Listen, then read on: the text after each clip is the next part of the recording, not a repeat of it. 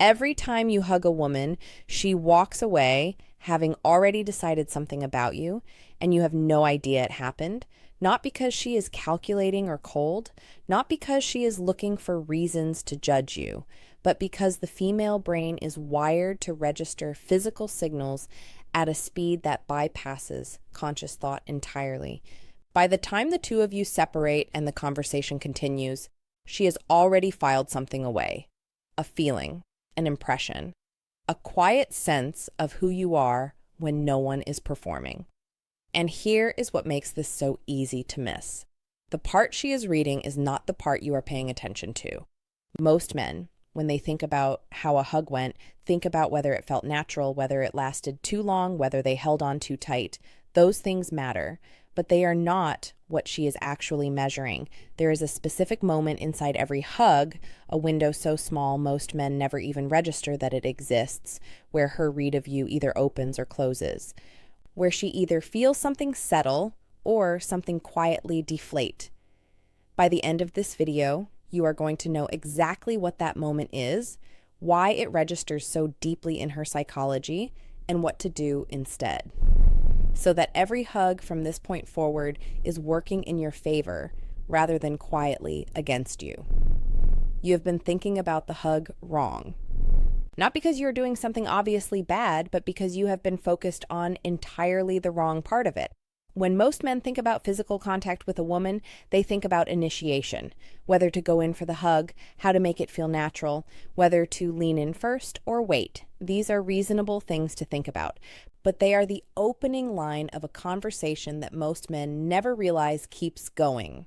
Because while you are focused on the entrance, she is reading the whole room. Women do not experience a hug the way most men do, as a discrete event with a clear beginning and end. For her, it is a continuous stream of information, warmth, tension, rhythm, how present you feel in your own body. And underneath all of that, something even more specific, something she may never be able to articulate but will absolutely feel. She is reading what you do when you are close, not in a clinical way, not consciously. But the body registers safety and discomfort in ways that are faster than language, faster than thought, and physical proximity is one of the clearest windows into a man's internal state that a woman has access to, whether he is settled in himself, whether closeness makes him nervous, whether he belongs in his own skin when she is near. This is not about technique. It is not about positioning or timing in the way a manual would describe it. It is about something underneath all of that, something she is picking up on whether you know it is being transmitted or not. Once you understand what she is scanning for, the mistake most men make becomes almost impossible not to see. The mistake isn't grabbing too tight, it isn't awkward positioning. It's something far more invisible, and it happens in the 2 seconds right before you let go. Most men end a hug too early. Not by minutes, not even by seconds in the way you might measure them consciously, but by a beat, a single small beat. The hug barely settles, she barely arrives in it, and already you are pulling back. Already the exit has begun. And to her, that gap between arrival and departure registers as something very specific. It does not read as politeness. It does not read as respect for her space. What it actually reads as, on a level far below conscious interpretation, is discomfort, uncertainty, the subtle but unmistakable behavior of a man who is not fully at ease in his own presence when she is close. Now, you might be thinking, isn't pulling back quickly just being considerate? Isn't it respectful to not linger? And in some contexts, yes. Context always matters here, and we will come back to that. But there is a difference between a hug that ends because the moment naturally resolved and a hug that ends because someone needed to escape it. She can feel that difference without being able to name it. The premature release is not just about the hug. It is a signal about you. It pattern matches, in her psychology, to the behavior of men who are uncertain, men who are socially anxious, men who are either unsure of their own standing or unsure of how welcome they are. And none of those are qualities that create attraction. None of those create the sense of calm, grounded presence that a woman finds genuinely compelling in a man. What makes this particularly invisible is that the man doing it usually believes he is being appropriate. He is not acting from discomfort, or at least he does not experience it that way. It has simply become his default.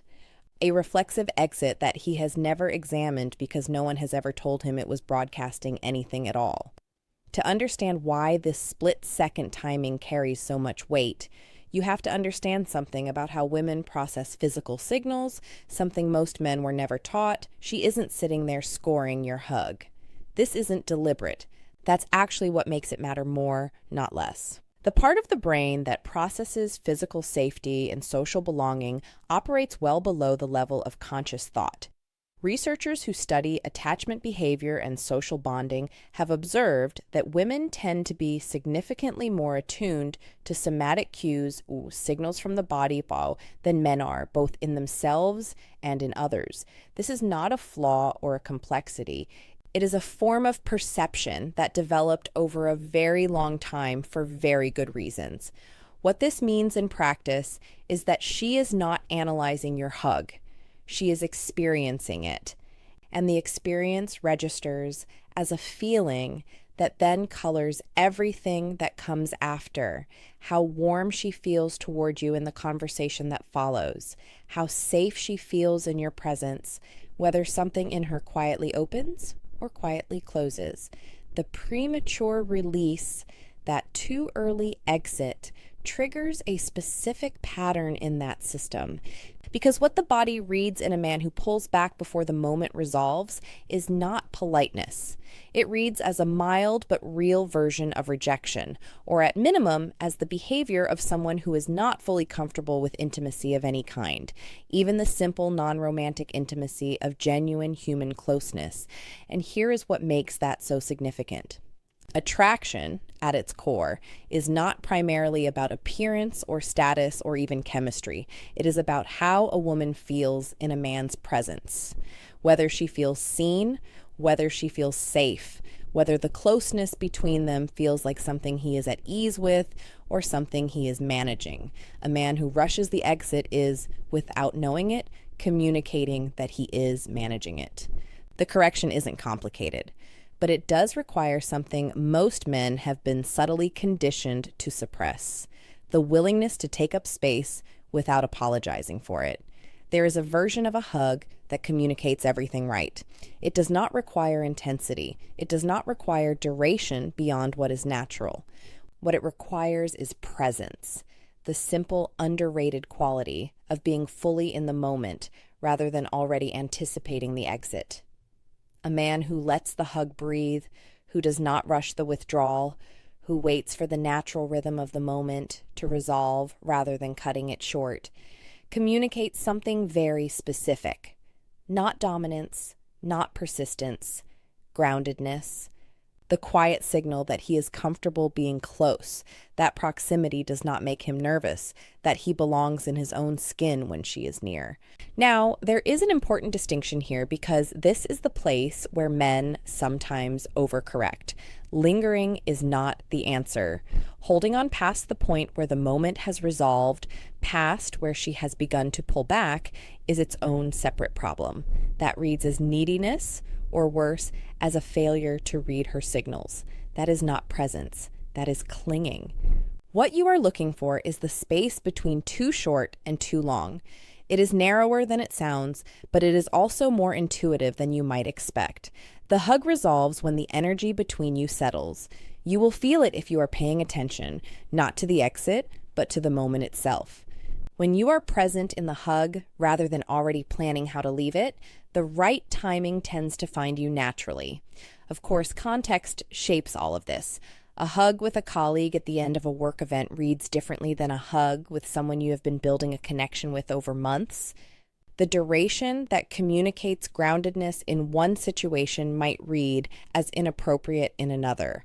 The principle stays constant. Do not rush the exit. Let the moment resolve, but calibrate the specifics to where you actually are. But the hug itself is only part of what she is reading. There is something that happens right after, something so small that almost no one talks about it, and it may be the most telling signal of all. Here's what almost nobody talks about. The hug ends, and then there's a moment, a small one. Most men throw it away without knowing it existed. Remember what I told you at the start, that there is a specific window where her read of you either opens or closes, where something in her either settles or quietly deflates. We are there now, because the 2 or 3 seconds immediately after you pull back are not neutral. They are not dead space between one thing and the next. They are, in many ways, the most information-dense moment of the entire interaction.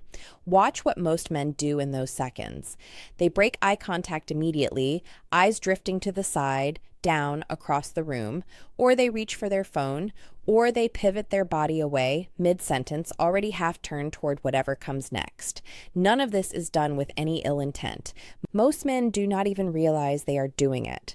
But from where she is standing, those behaviors land as a very specific kind of message.